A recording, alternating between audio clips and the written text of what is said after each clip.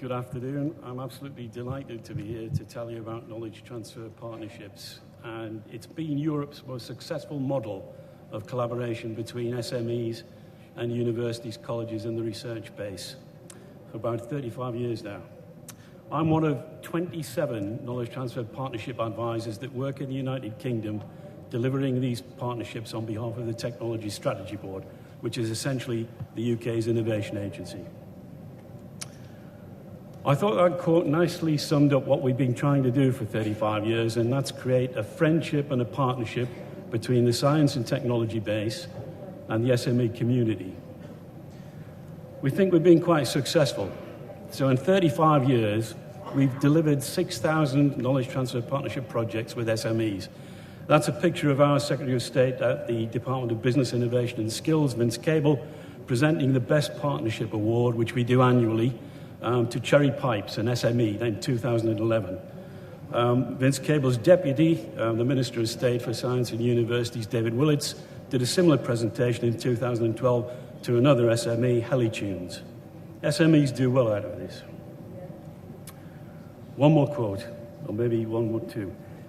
That sums up what we're trying to do. We're trying to transfer knowledge and capabilities from the university and research base into an SME so that they can do things from themselves, innovate in future, and change their business model or strategic approach.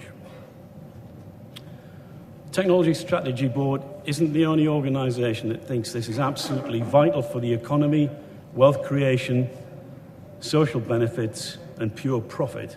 Alongside us, we've got most of the research councils in the UK who have consistently invested in knowledge transfer partnerships, along with the devolved administrations in Scotland, Wales and Northern Ireland. A lot of people think this is a good thing. It's got a good track record. This is the last quote. So if we agree that friendship between the SME community and science and the knowledge base is a good thing, if we've got people prepared to fund this aspiration, how do we translate this into something that delivers on the ground? We do that through the KTP model. So essentially, that's the structure.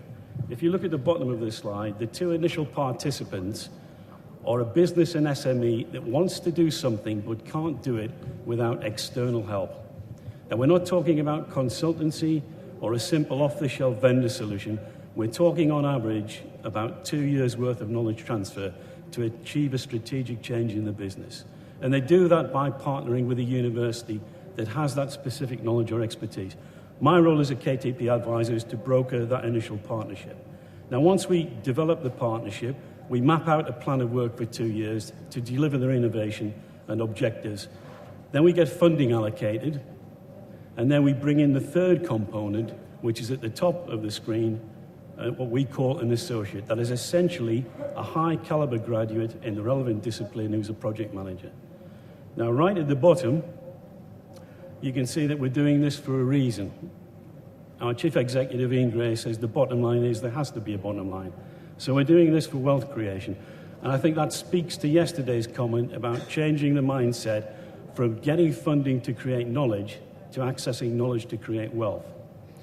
So that associate, that project manager, resides in the business for 2 years and is the bridge between the business and the university and transfers and embeds a new capability which creates wealth. Very quickly, they're just some of the project criteria. And what we're looking for is strategic relevance to the business, not a consultancy solution, not a short-term fix. We want a sound business case, so whatever knowledge we transfer has to be capable of creating wealth. We want clear knowledge transfer. We need to understand what will be different in the business, the SME, at the end of the 2 years than at the start.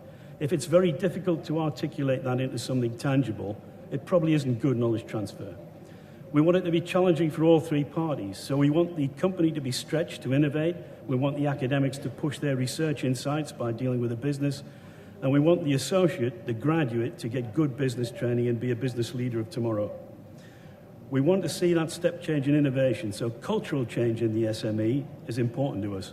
We want to see them looking to the university in future as the first stop for a solution, not the last. There's got to be quantifiable impact. I'll come on to that later quickly. And there's got to be something that the Treasury call clear additionality. if we're investing in this, will something happen that wouldn't otherwise happen? Will it happen on a larger scale, or will it happen sooner? So for the business, those are some of the benefits. Let me just pick out the key ones in interest of time. For the investment a business makes, which is typically about $50,000 over 2 years, the average increase in annual profit permanently is $336,000. So as the Americans say, it's a bit of a no-brainer.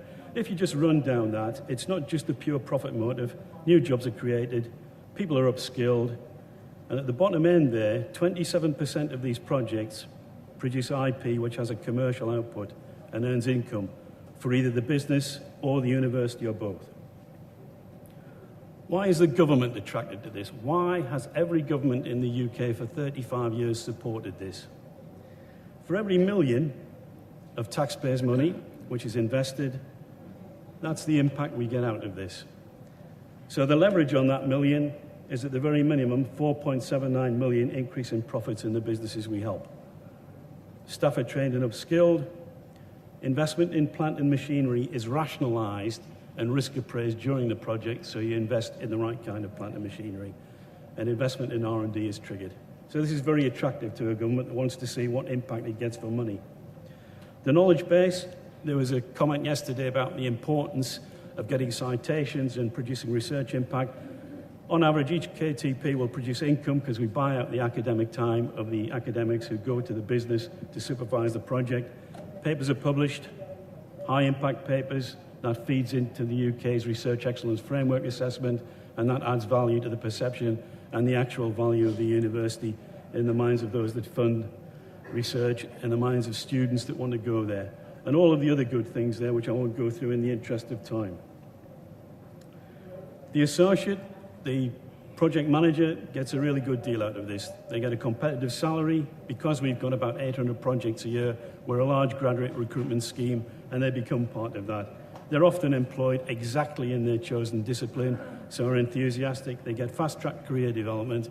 The best thing for us is that 73% of these projects retain that associate because they're actually university employees for the time they're inside the SME, but at the end of that, there's an option to employ them. 73% of the businesses take up that option.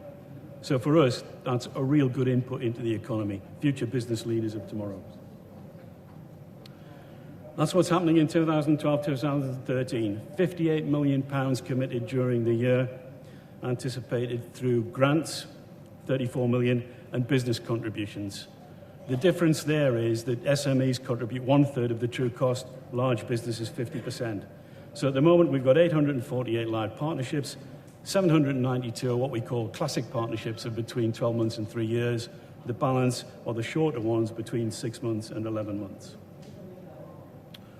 Why is this relevant to India? Can KTP benefit India? Well, why not? In the UK, we've got 80 Indian associates working in UK business on UK KTPs. The Technology Strategy Board are committed to exploring an international version of KTP for India. That's part of the reason why I'm here. We're already talking to MSME and UKIRI, which my colleague Nick Russo mentioned earlier today. Finally, KTPs are demanding, all good things are, but they've been very rewarding for the UK, and I suggest they can be very rewarding for India. So thank you.